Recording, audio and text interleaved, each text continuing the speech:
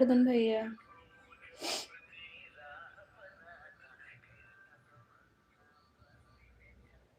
लड़की है कोई, लड़की नहीं है। ये तो कल वाली बात आ गई, कल वाली बात आ गई। लड़की है, लड़की नहीं है कोई, 90 साल की बुढ़िया है। कुमार कल यही बात हुई थी ना, और आप चले गए थे। सच में मेरी लाइफ में मेरा टाइम पास नहीं हो रहा था। फिर एक छोटे से टॉपिक को उठा करके और लाभकर भाई ने पूरे टाइम पास कर दिए। तो मतलब 12 से ऊपर भी चला गया था। नहीं तो मैं तो लाइव ऑफ कर देती, मेरे बस की नहीं थी, मैं नहीं चला पाती।